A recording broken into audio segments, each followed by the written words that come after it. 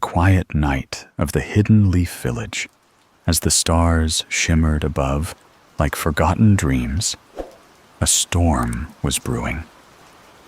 But not the kind that comes with thunder or rain. It was the kind of storm born from pain, sacrifice, and fear. On the night of Naruto Uzumaki's birth, everything changed. The nine-tailed fox, Kurama, had been released by the masked figure, and chaos swallowed the village. Lives were lost, buildings crumbled, and the very ground shook with the fury of the beast's roars. But in this altered world, a single twist of fate reshaped everything. For in this story, Kurama was not the cruel and vengeful creature of legend. No, this time, Kurama loved Naruto from the very beginning. The sealing was still done by Minato Namikaze, the fourth Hokage, who with Kushina by his side, gave their lives to ensure their son could live on. Yet, within the confines of the seal, Kurama was not filled with resentment or rage. He looked upon the newborn boy not as a cage, not as a prison, but as a child, fragile, innocent, and full of potential. For Kurama had watched humanity from the shadows of centuries. He had seen the cycles of hate and fear, but in Naruto's cries, he sensed something different, something untainted.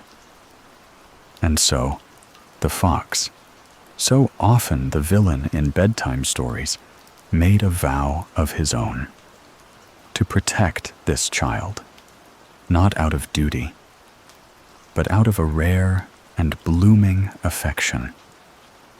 As Naruto grew, life in the village was still lonely. The adults whispered. The children were warned. Eyes followed him with suspicion, and warmth was a rare commodity. But in those moments of solitude, when the silence felt like it could swallow him whole, Naruto wasn't truly alone. Inside, a voice would speak, deep, steady, and reassuring. Kurama did not reveal himself all at once. He was cautious, like a fire that begins with embers before it burns bright. At first, he was only a presence, a flicker of warmth when Naruto cried himself to sleep, a whisper of courage when the loneliness got too heavy. But as days turned to years, and the boy learned to walk, talk, and dream, Kurama's voice grew clearer. Naruto was puzzled by it at first. He'd ask himself, "Am I imagining things?" But the voice never mocked him. It never lied. It encouraged. And as Naruto began to speak to it, he found comfort. "Who are you?" he asked one day, sitting under the old swing outside the academy, his legs dangling as he wiped his nose with his sleeve. The voice replied, "I am your friend." It was the first time anyone had ever said those words to him. And in that moment, something changed. Naruto smiled, not the forced grin he wore for the village, but a small, real one. In the academy, Naruto still struggled. He was loud, reckless, and often misunderstood. But now, he had someone on his side. When he failed a jutsu, Kurama offered calm guidance. When he got scolded by Iruka, Kurama reminded him of his worth. It didn't make everything easier, but it made it bearable. Naruto still wanted acknowledgement. He still dreamed of being Hokage. But now, it wasn't just about proving himself to the world. It was about honoring the bond he felt inside, the voice that believed in him when no one else did. The day he became a genin, placed on Team 7 with Sasuke and Sakura, was a day of triumph. But Kurama sensed the storm in Sasuke's eyes. A boy chasing power, haunted by loss. Kurama spoke softly to Naruto that night as the moon hung low and full. That boy, he carries a weight like yours. Do not turn from him. Naruto, young and brash, didn't understand it fully yet. But he listened. And when Kakashi taught them the bell test, and Naruto failed spectacularly, Kurama chuckled in his mind, not with ridicule, but with fondness. "You'll get it next time, Kit," he said. Kurama began to teach Naruto in secret about chakra, about balance, about patience. It was slow, hidden behind long nights and quiet meditation. But Naruto was eager. He had a hunger to learn, not just to get stronger, but to grow. With Kurama as his quiet mentor, he made progress faster. His clones became more efficient. His stamina grew. And though he still messed up, still fell into ponds during training, or got smacked by Sakura for being annoying, he had an anchor within him. When Zabuza and Haku appeared on the bridge mission, Naruto's heart was tested. The cruelty of the shinobi world was laid bare, and death came close. Haku's words, Haku's sacrifice, struck Naruto deeply. But this time, Kurama didn't rage. He didn't urge Naruto to release him. He offered reflection. Sometimes, mercy is sharper than any kunai, he told Naruto after Haku fell. You'll understand in time. Naruto mourned. He grew. And Kurama mourned with him, not for Haku, but for every child caught in the cruelty of their world. Back in the village, as the Chunin exams loomed, Naruto was ready, not because he was the most skilled, but because he had a foundation built on more than raw will. Kurama had begun to reveal more of himself. Not fully, not yet. But he told Naruto of the days when he roamed the world freely, when the sage of 6 paths had spoken to him, not as a beast, but as family. Naruto listened with wide eyes, heart full of wonder. You're amazing, he said. And Kurama, old and weary, felt something stir, something like hope. Even Sasuke began to notice a shift in Naruto. He was still loud, still ridiculous, but there was a quiet confidence beneath it, a steadiness. During their training with Kakashi, when Sasuke would challenge him with smug remarks, Naruto would laugh, not angrily, not to cover insecurity, but truly laugh. Kurama told him, compassion is not weakness. And Naruto began to believe it. As the forest of death opened its gates, and darkness awaited in the Chunin exams, Naruto stood at the threshold with his team. Danger ahead, betrayal, tests of body and spirit. But as the wind rustled the trees, and his heart pounded with excitement and nerves, he felt it again. That presence, that voice, his friend. "I'm with you," Kurama whispered. "I've always been with you." And with that, Naruto took his first step forward, not just into the exam, but into the path that would one day change everything. Not just for him, but for the world. The Forest of Death was named not for drama, but for truth. Thick trees loomed like silent watchers, and every rustling leaf carried tension. The very air buzzed with uncertainty, a wilderness filled with shadows, traps, and shinobi willing to kill, to pass. Yet Naruto entered it with a resolve that wasn't as shaky as in another world. His hands still trembled, his heart still pounded, but there was a calm undercurrent inside him. Kurama didn't shout or roar. He didn't beg to be released.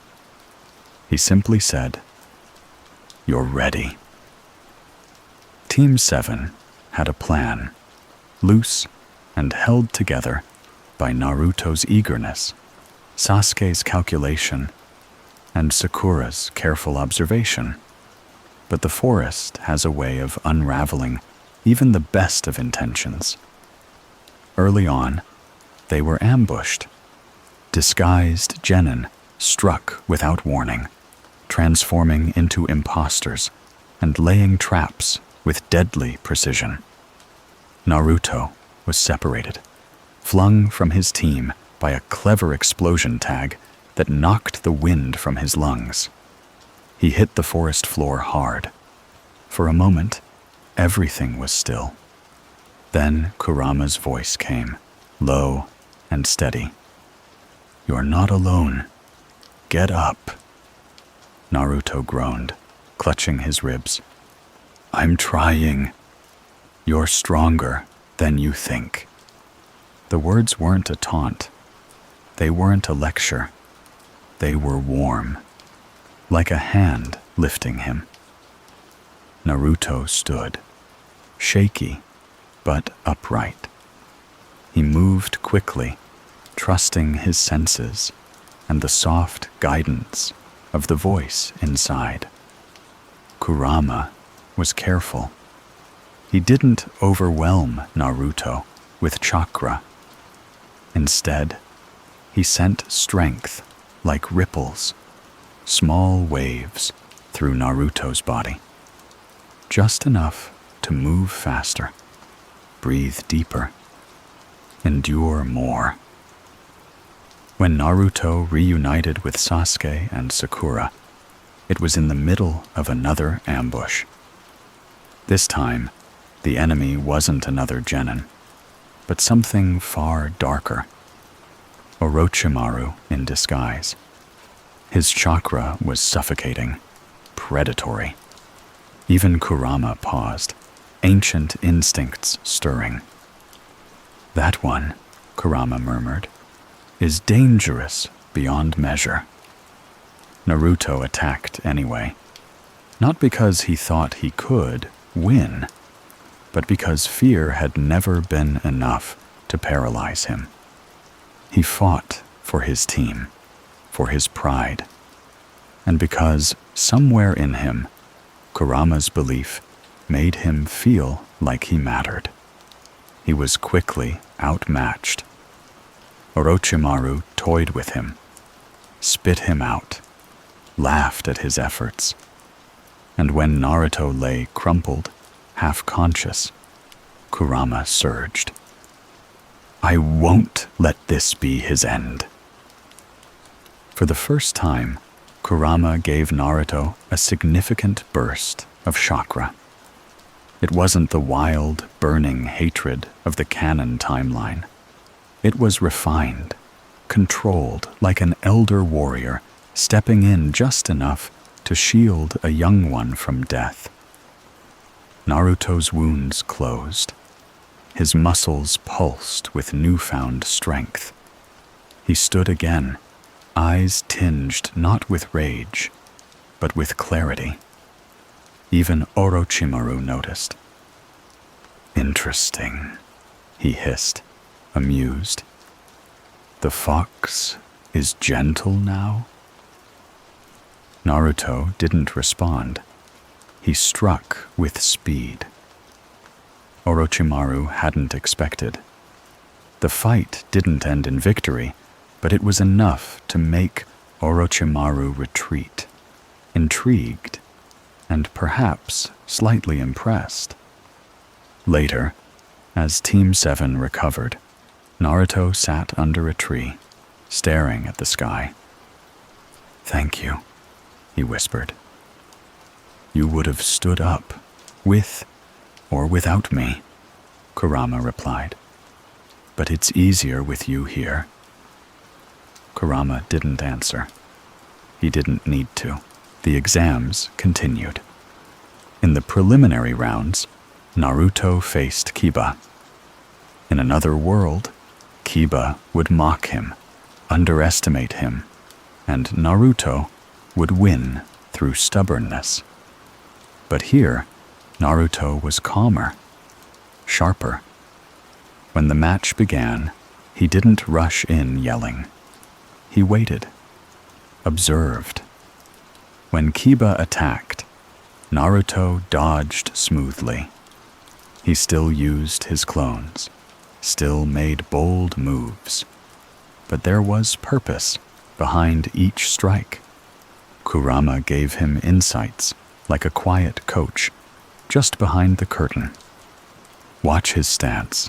He favors the left. Dodge wide, then counter. Naruto won not by fluke, but by skill. And when the crowd murmured in surprise, Iruka, watching from above, felt a strange pride. "He's changed," he said aloud. "He's growing." In the shadows of the arena, Gaara watched too. His eyes lingered on Naruto, not with interest, but with something akin to recognition. Another vessel, another soul chained to something ancient. But Gaara's bond with his tailed beast was poison. Naruto's was peace. As training for the finals began, Naruto found himself working with Jiraiya. The Toad Sage was loud and eccentric, but wise beneath the nonsense. Naruto didn't know him yet, not really, but he liked his energy. Jiraiya saw potential in Naruto, but also something curious. The boy didn't just contain the Nine Tails. He cooperated with it.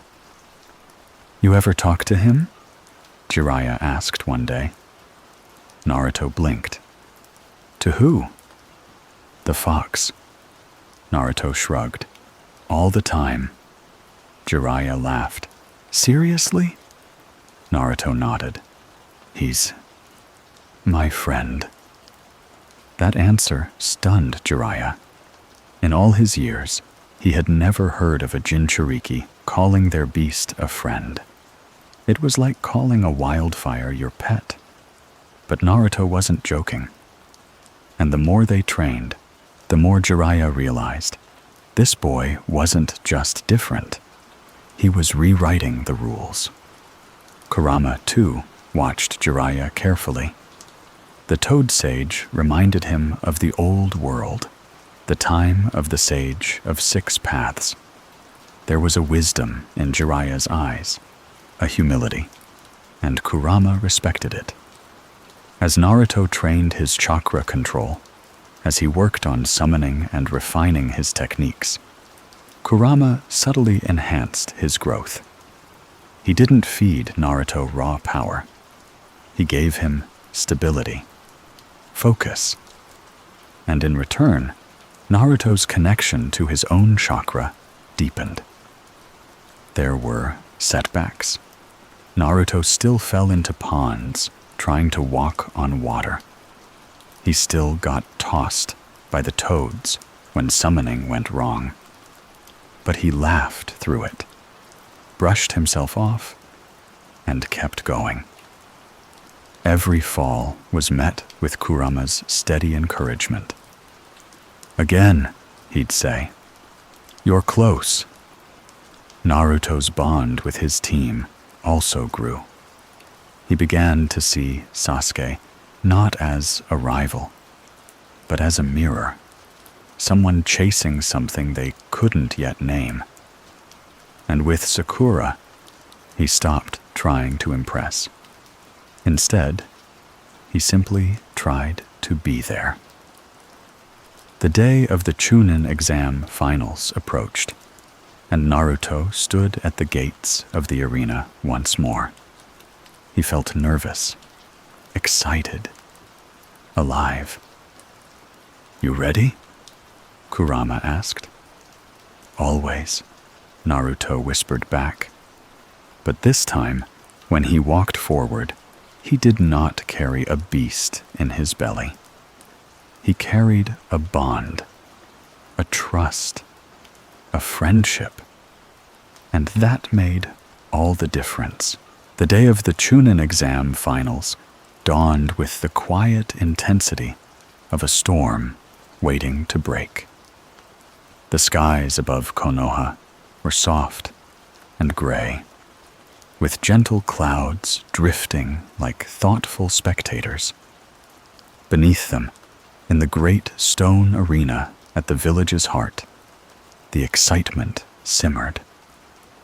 The people of the Leaf gathered in stands carved from earth and time, ready to watch their young warriors clash.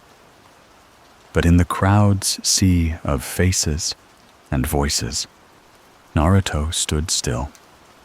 He closed his eyes, listened not to the roar of the audience, but to the steady breathing of the world beneath his feet. Within him, Kurama was calm, a great presence like a sleeping mountain, not distant, but settled. "Today is not about proving anything," Kurama said softly. "It is about learning who you are in front of the world." Naruto nodded and stepped forward. His first opponent was Neji Hyuga. In another world, this would have been a battle of philosophies, a loud, brash underdog versus a cold prodigy wrapped in fatalism. But here, the tone was different. Naruto still felt the sting of Neji's words about destiny, about fate being fixed, and freedom an illusion. But instead of fighting to defy Neji's belief, Naruto fought to show that belief could evolve. Neji activated the Byakugan. His white eyes saw Naruto's chakra network with brutal clarity. He struck with the precision of generations. Gentle Fist wasn't gentle at all. Every strike disrupted the flow of chakra, sealing tenketsu and stifling power. Naruto was driven to his knees more than once, coughing, sweat slicking his brow. And still, he stood. Kurama's chakra pulsed through him, not wildly, not explosively, but like a tide beneath the sand. When Neji closed a tenketsu, Kurama redirected the flow. When Naruto's body screamed to collapse, Kurama whispered, "Endure." Naruto's clones weren't just distractions. They moved with rhythm, each one timed with Kurama's sensing, weaving through Neji's attacks until the real Naruto slipped close enough to land a single hit. It was not powerful, but it was enough. A crack in Neji's wall. They fought for what felt like hours, compressed into minutes. In the end, Naruto rose, bruised and gasping, and Neji lay still, blinking up at the sky, his breath catching in silent awe. "You're different," he whispered. Naruto didn't gloat. He didn't shout. He just smiled and offered a hand. As medics carried Neji away, Kurama said, "You didn't win because of me." "I know," Naruto replied. "I won because of us." But beneath the cheers, shadows moved.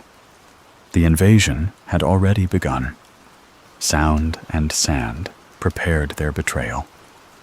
Orochimaru's plan to crush the leaf hung like a blade above the village. And while the crowd watched the next matches, and while Naruto waited in the halls for his next turn, Jiraiya met with Hiruzen, concern darkening his usual cheer. "The boy," he said, "he's going to be in the middle of this, isn't he?" Hiruzen nodded. He always was. Outside, Temari and Shikamaru clashed in a quiet game of tactics. Sasuke arrived fashionably late, his fight with Gaara set to trigger everything. But Naruto felt it before it began. A pressure in the air, a tremor in his chest. Kurama stirred. Something is wrong. And then, chaos, explosions rocked the arena. Sound ninja emerged from the crowd. Genjutsu blanketed the stadium like a falling veil, plunging the audience into sleep. In the sky, giant snakes coiled, summoned to sow destruction. The leaf was under siege. Naruto's instincts screamed to move. Not away, but toward the danger. He found Sakura first, shaking her awake. Shikamaru was already battling sound shinobi, reluctantly but effectively.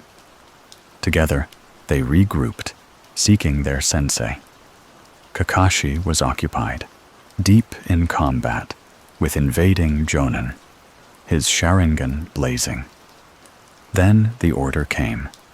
Pursue Gaara. The Sand's weapon was retreating into the forest, with Sasuke giving chase. Naruto didn't hesitate. Sakura joined him, and Pakun the ninja hound led the way.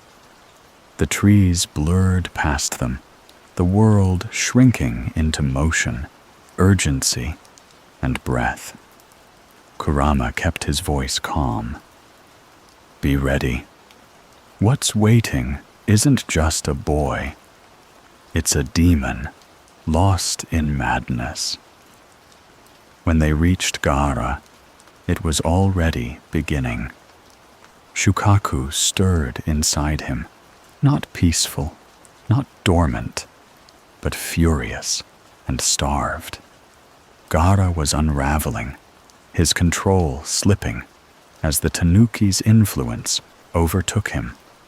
Sasuke was injured, breathless, Sharingan glowing, but flickering.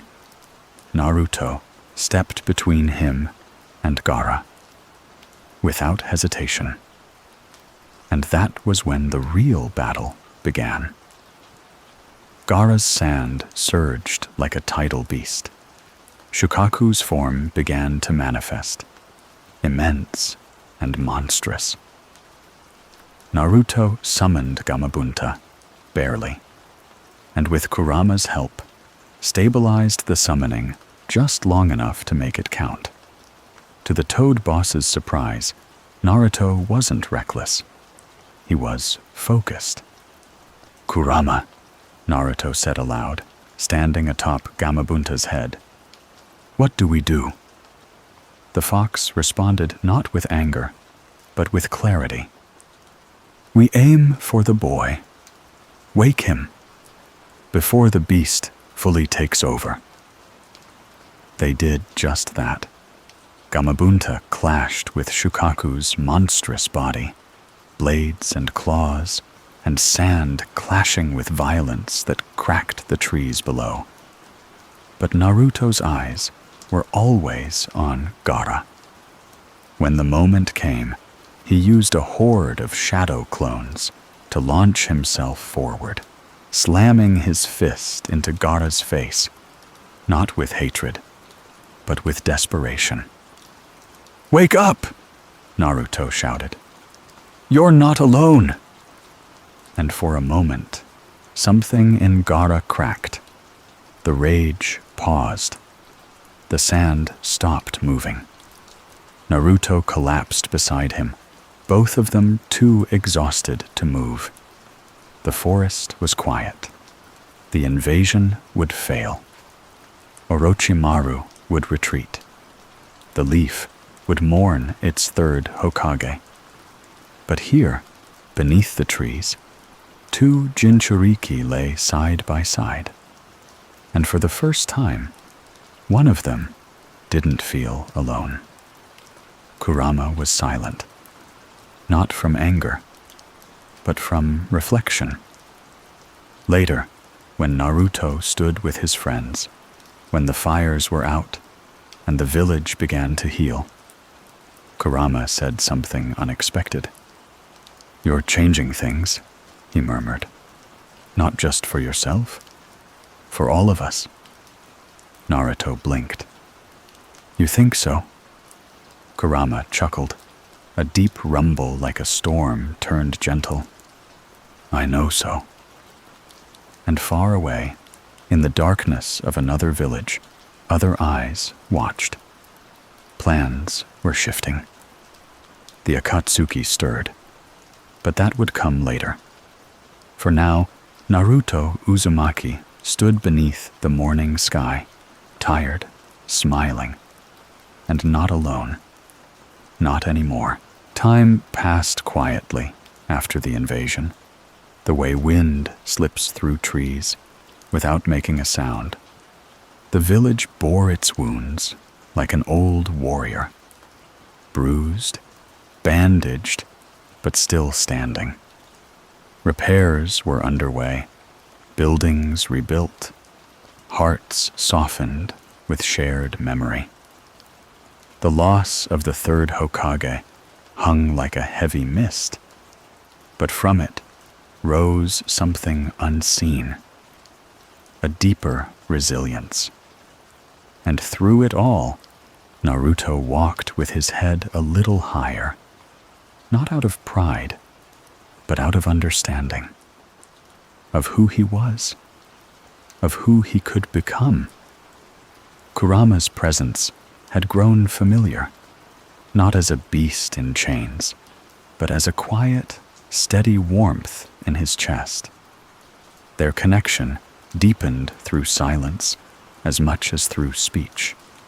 Sometimes, Naruto would sit on the rooftops at dusk, looking out over the tiled sea of Konoha homes, and Kurama would simply breathe with him, saying nothing at all. But the world outside the village was changing. Tsunade had returned to take the title of fifth Hokage, bringing with her a new energy, a mixture of strength and compassion that Naruto admired. He had taken a liking to her stubbornness, her belief in him, and even in her scoldings, he found something maternal that had been missing all his life. She healed Sasuke's wounds. She treated the village's pain. And in Naruto, she saw the fire of someone who refused to break.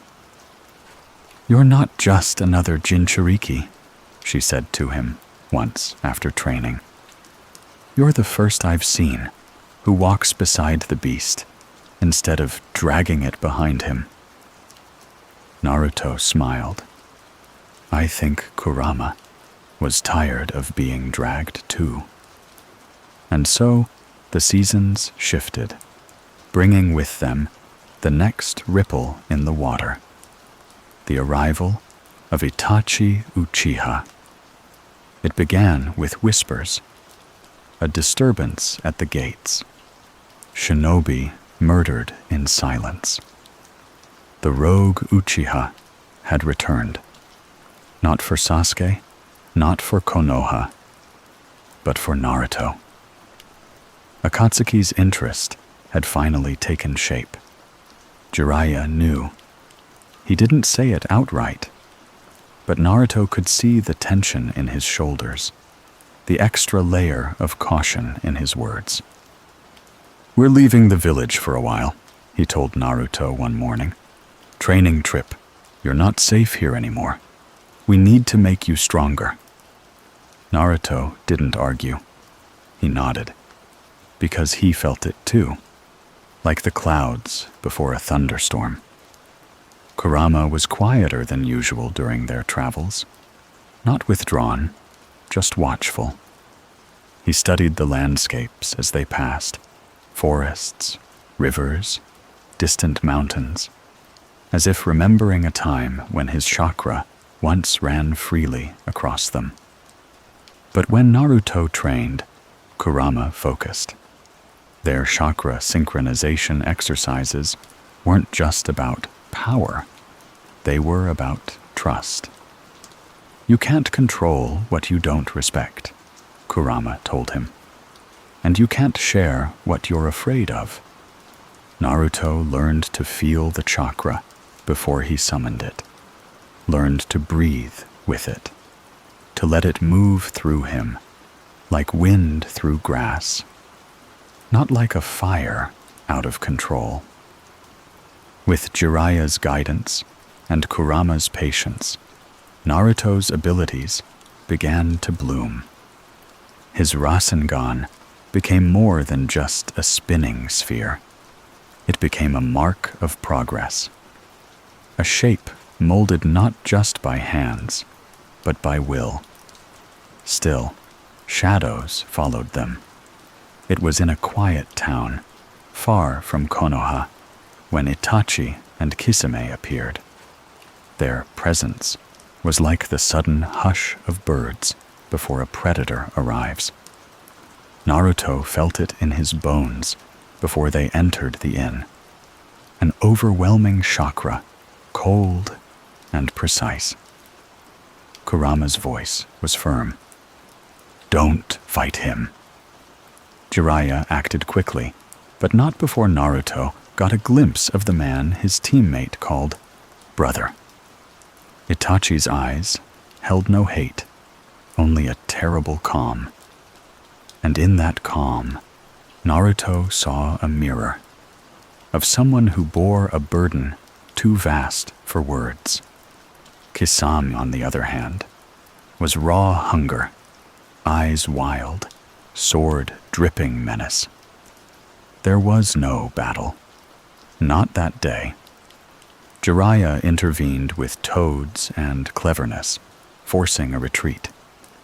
But the encounter stayed with Naruto like a bruise beneath the skin. "He looked so sad," Naruto said later, sitting beneath the stars. "Because he is," Kurama answered. That night, Naruto dreamed of a fox standing beside a crow, both silent in a burning field. And so they kept moving, never staying in one place too long. Training, listening, learning. Jiraiya taught Naruto about the shinobi world in ways the academy never could, about how alliances worked, how war never really ended, how sometimes the strongest weapon was knowing when not to strike. But not all their time was spent in survival. There were moments of stillness, of ramen shared in dusty inns, of laughter echoing against canyon walls, of quiet mornings with nothing to do but watch the mist rise from the rivers. In those spaces, Naruto began to understand what it meant to live with Kurama, not as a prison guard, not as a warden, but as a companion. They began to speak not only of battles, but of dreams. "I want to be Hokage," Naruto said one evening. "I know," Kurama replied, "but not just so people will notice me. I want to be the kind of leader who sees everyone, even the ones like you." Kurama paused, then said softly, "That would be a new kind of Hokage." Naruto nodded. "A better kind." Kurama didn't speak again that night, but in the quiet of Naruto's sleep, his chakra curled around him like a blanket, and far away, in a place untouched by light, the Akatsuki continued to plan. Their members moved in pairs, like shadows across a chessboard. Deidara and Sasori, Hidan and Kakuzu, Pain and Konan. But the one they all watched now was Naruto.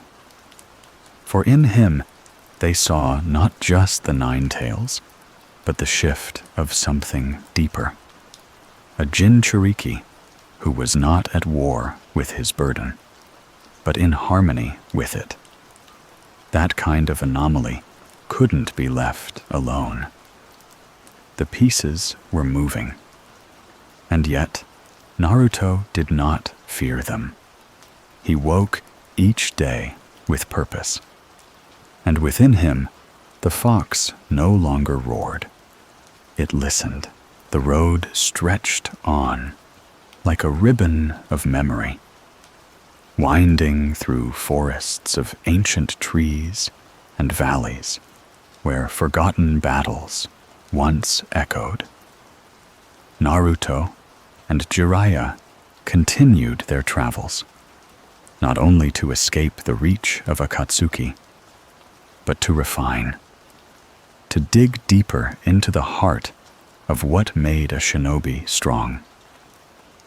The Rasengan had become second nature by now, but Jiraiya had loftier goals.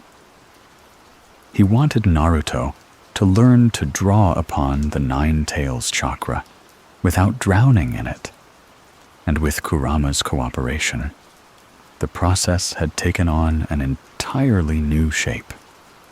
In quiet training grounds, Naruto stood still as mist collected around him, focusing not just on power, but on balance.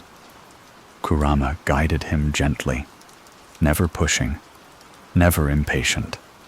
The fox's chakra no longer came as a tidal wave, but as a tide that could be summoned and channeled with intention.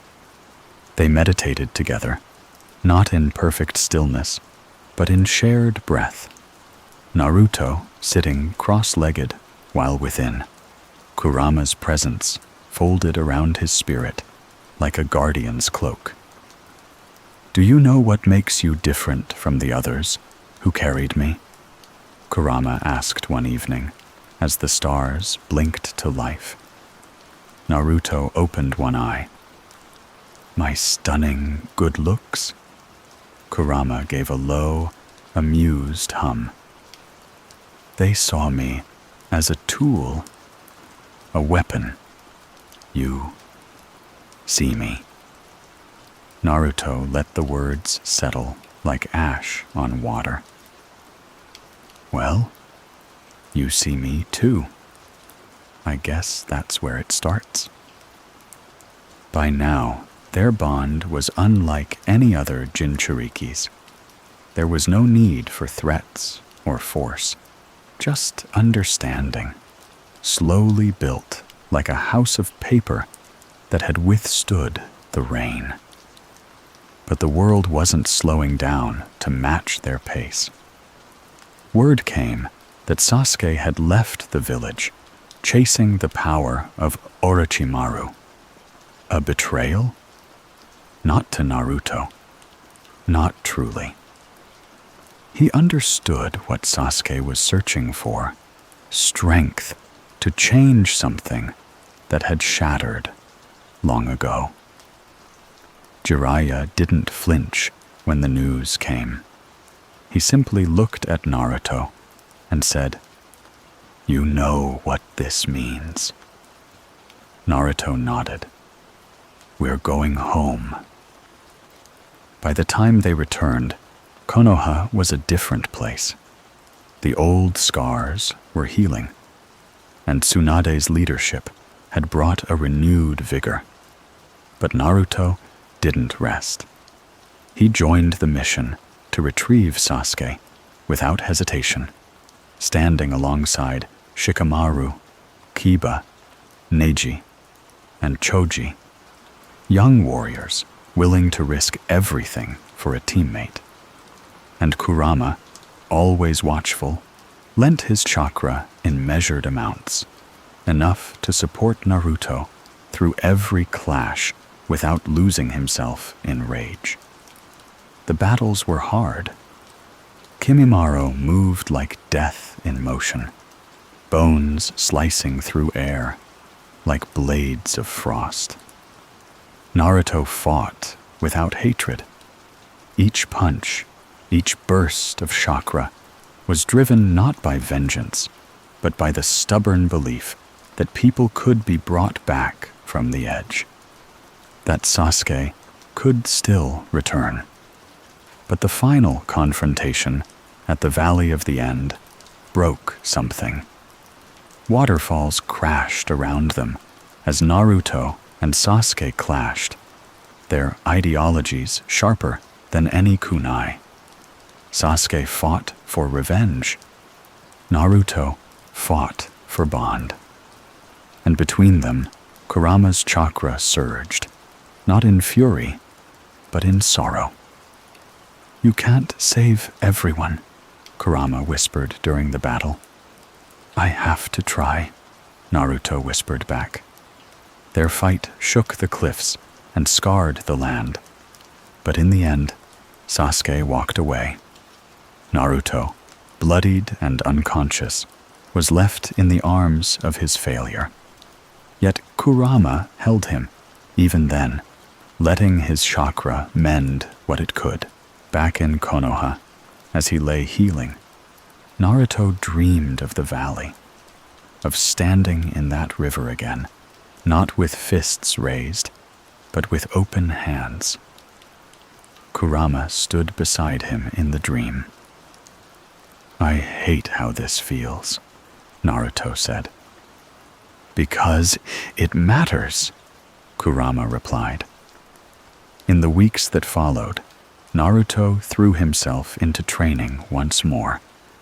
This time, it wasn't about saving Sasuke.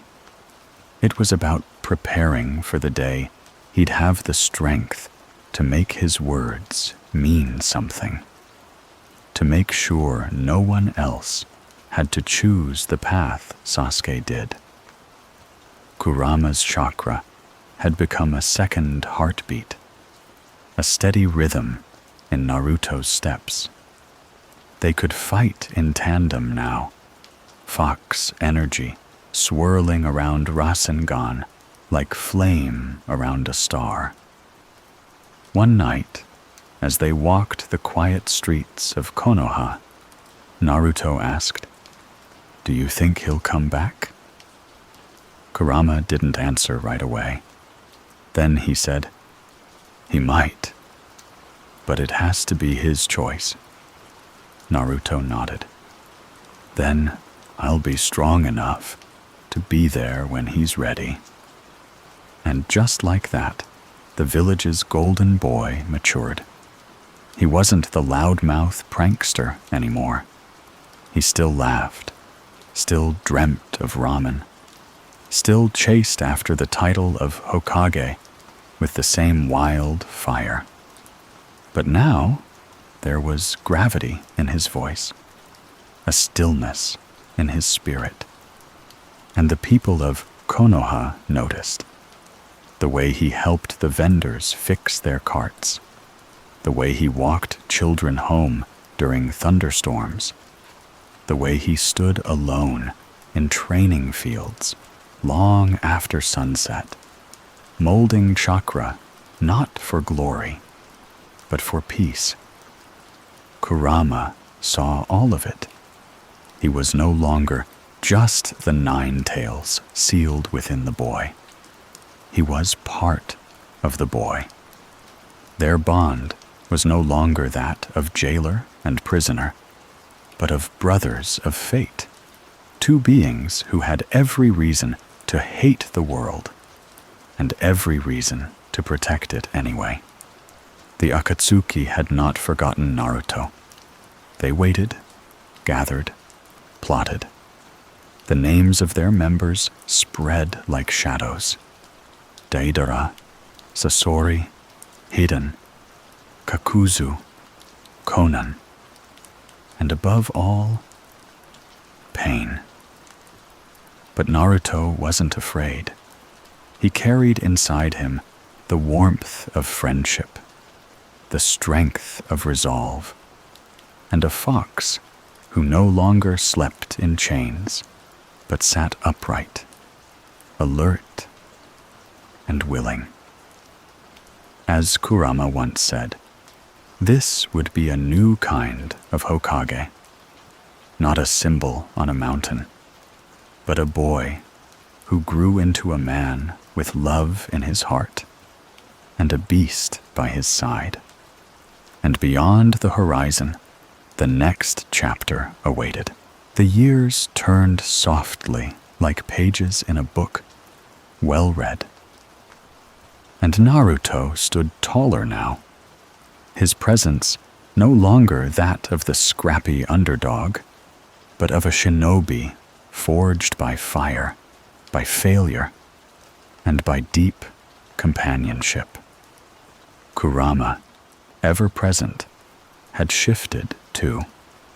No longer a voice in the background, but a presence Naruto could feel in his chest, in his lungs, in the rhythm of his chakra as he moved across the battlefield. Their bond had become second nature, like breathing, like blinking, unseen by the world, but known in every action Naruto took. As news of the Akatsuki's movement spread like wind before a storm, Naruto's resolve only deepened. He'd grown, not just stronger, but wiser. The boy who once declared he would be Hokage for acknowledgement now trained for it because he believed in service. And Kurama, who had once scoffed at dreams like that, now carried them like shared memories. The mission to save Gaara came swiftly. The Kazekage had been captured by Deidara and Sasori, the rogue shinobi of the Akatsuki, and Naruto did not hesitate for a second. Gaara, another Jinchuriki, another boy shaped by loneliness who had clawed his way out of darkness, meant too much. Naruto knew what that life felt like, and now, more than ever, he refused to let another person fall into the same silence he had once lived with. Kurama's power surged through him as they raced toward the sand village. Unlike others, Kurama didn't resist. He flowed with Naruto, guiding chakra through his limbs like wind guiding a kite. And when they faced Deidara in that final clash, Naruto was not wild or reckless. His strikes were fueled by purpose, not rage. Kurama kept his mind clear, his heart centered. But it was too late. Gaara had died. Naruto fell to his knees beside him, not as a soldier, but as a friend. The silence of that moment was unbearable. He didn't deserve this. Naruto whispered. Kurama's voice echoed softly. Neither did you. But as fate would have it, Lady Chiyo, in an act of repentance and selflessness, gave her life to restore Gaara's. Naruto held his breath as the sand stirred, as Gaara's eyes blinked open once more. And for the first time, Naruto saw what it meant to pull someone back from the edge of finality. It wasn't just about strength. It was about presence, about being there at the right moment, with the right intention. The mission ended, but something remained inside Naruto. A quiet vow that he would never be late again. Not for a friend, not for a stranger, never again. The path ahead was steep. Akatsuki moved with purpose. More Jinchuriki were being hunted, their beasts stolen, their bodies discarded like broken containers. Kurama seethed each time he felt another part of his kin wrenched from the world. They're not just chakra beasts, Naruto would say. They're lives. They're brothers, Kurama would reply. With every encounter, Naruto grew, not just stronger in body, but broader in understanding. Training with Kakashi resumed, and with Yamato added to the mix, Naruto began to refine control over the Nine Tails chakra even further. Where once he had used it like a sword, now it became a net, a shield, a current he could swim in without drowning. He met Sai, a boy with no past and no name, and Naruto, ever the unrelenting tide, carved space in the boy's heart with stubborn kindness. He pulled people in, not with words, but with presence. And Kurama, once the embodiment of solitude and hatred, now found himself chuckling at the warmth of Naruto's ever-growing circle. When they faced Orochimaru in the forests, Naruto felt the familiar surge of rage at what had been done to Sasuke, at the cold manipulation that had torn his friend away. For a moment, Kurama's chakra boiled, ready to spill into a fourth tail. But Naruto paused. He remembered Gaara. He remembered Chiyo's sacrifice. And he pulled back. No, he whispered. Not like this. And Kurama, in quiet agreement, receded without struggle. Jiraiya, ever watchful from the shadows, knew then that Naruto had matured. Not because he was stronger, but because he now had control over the storm inside him. The boy who once needed protection had become someone others could rely on. But the world didn't wait. The Akatsuki pressed forward. When Haiden and Kakuzu made their move, it was Team 10 that bore the brunt. Asuma fell.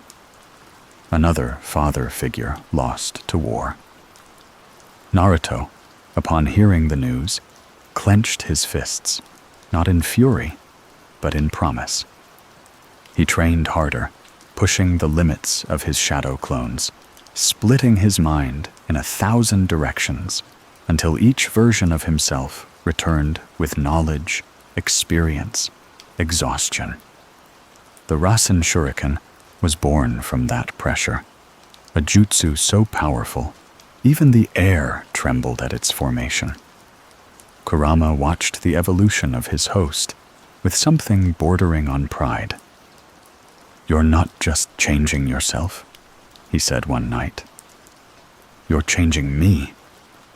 Naruto looked up at the night sky. That's what friends do.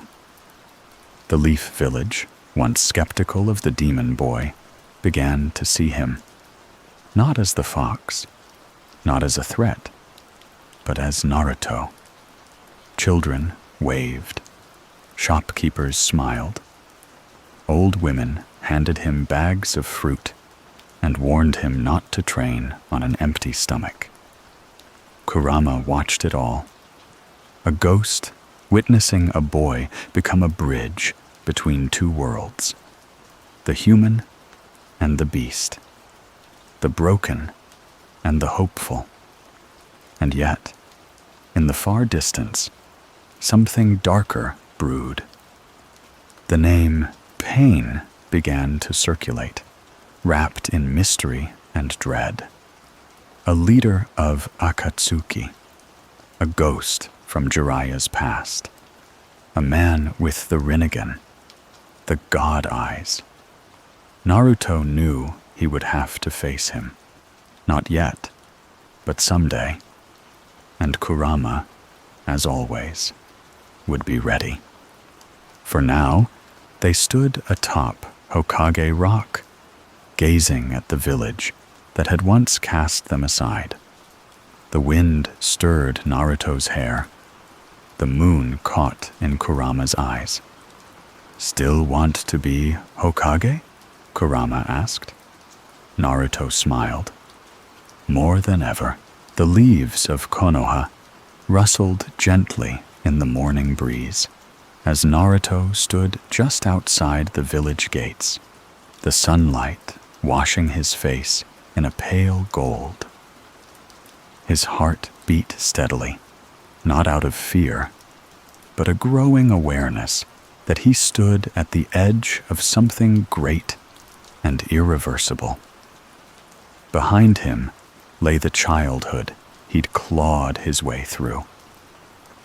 Ahead was the culmination of every bond he had forged, every pain he had survived, and every lesson he had earned. And through it all, Kurama was there, no longer a prisoner, no longer a curse, but a quiet presence interwoven into Naruto's spirit like a second heartbeat. It was time. The Akatsuki had made their move, and the battlefield was no longer in shadows. It had come to Konoha itself. Pain had arrived. Naruto returned from Mount Myoboku to find the village in ruins, buildings flattened, streets torn apart, and worst of all, silence where once there was after. He landed softly in the crater, sage mode glowing through his eyes, and for a moment, the world stilled as the shinobi of Konoha turned to look at the boy who had once been called the Nine-Tails. But Naruto was no boy now. He was something else, a force of balance, a whisper of hope. Kurama's chakra pulsed beneath his skin, not pushing, not surging, just there, ready if needed, like a friend placing a hand on your shoulder. As Naruto confronted pain, the battle unfolded, not just in jutsu, but in ideology. It wasn't fists that collided first, but beliefs. Pain spoke of endless cycles of suffering, of vengeance, of gods, and justice. Naruto spoke of enduring through pain, of breaking the cycle with compassion, of learning from suffering rather than spreading it. Sage chakra danced through his body like wind in the leaves. And though pain was mighty, Rinnegan gleaming with otherworldly clarity, Naruto stood firm. The battle raged, buildings shattered, earth cracked, bodies fell. And yet Naruto never reached for rage. Not even when Hinata stepped in to defend him, not even when her body hit the ground, and Kurama snarled in his chest. The fox didn't beg for release. He didn't scream. He waited. "I won't need your power to lose myself," Naruto whispered inwardly. "But if I fall, I know you'll catch me." Kurama answered with a low, steady hum. "I'm here." When the final clash came, Naruto stood over Nagato, not with a killing blow, but with questions, with understanding, with the will to forgive. And in that moment, Nagato saw it too. The boy who had once been hated, now the bearer of peace. A boy who could have destroyed him, but chose instead to believe. Kurama's pride was quiet, but real. "You changed him," the fox murmured later. "You did what I thought was impossible." Naruto chuckled. "We did?" In the days that followed, the village began rebuilding. Not just stone and wood, but faith. Faith in Naruto, in Jinchuriki, in unity. Slowly, the people who once looked away now stepped forward. They patted him on the back. They offered thanks. No longer the container, no longer the demon, just Naruto. But the true storm was still coming. War. Tobi, the man behind the mask, declared the fourth Great Ninja War. His goal? To collect the remaining tailed beasts and force the world into illusion. The Moon's Eye Plan. Naruto was now the prime target. And so, under the guidance of Killer Bee, the Eight Tails host, Naruto began to train in the true harmony of tailed beast chakra. Kurama waited. In a deep chamber, separated by swirling bars, Naruto stood before him, not with anger, not with fear, but an open hand. "I want to fight with you, as one." Kurama stared at the boy for a long time, the weight of centuries pressing behind his crimson gaze. And then, with a sigh that echoed like distant thunder, he smiled. "It's about time." The seal broke, but nothing exploded. Nothing burned. Instead, they stood in a great golden sea of chakra, side by side, and the world shifted. No longer jailer and captive, no longer beast and boy, just two souls walking the same path.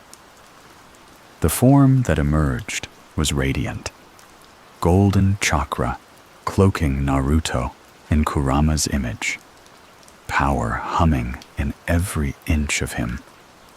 But even with all that strength, Naruto didn't walk alone. He shared it. With comrades, with strangers, with the world. As the war began, Naruto ran across the battlefield like a sunrise tearing through the clouds. Every clone he created carried Kurama's power, his will, his warmth. Where once the Nine Tails was a harbinger of destruction, now he was the shield behind 1,000 shinobi. Villages united behind Naruto. Former enemies became allies. The battlefield no longer divided by nation, but by the desire for peace or chaos. When Naruto finally faced Tobi, Obito, he saw the pain that had shaped him, the loss, the lies, and instead of hatred, Naruto offered empathy. You don't have to keep hurting people just because you were hurt. Kurama agreed. You're stronger than that, the fox growled at Obito. Even I was. Together, Naruto and Kurama turned the tide.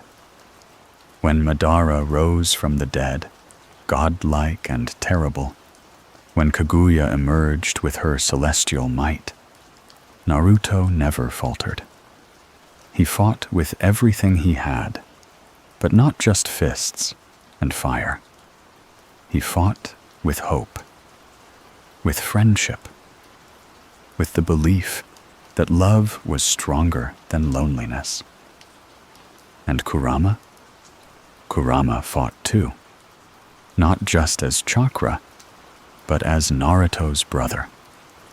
The boy he once thought was foolish had changed the shape of his heart. In the final battle, when Naruto and Sasuke clashed under the blood-red sky, it was not about victory.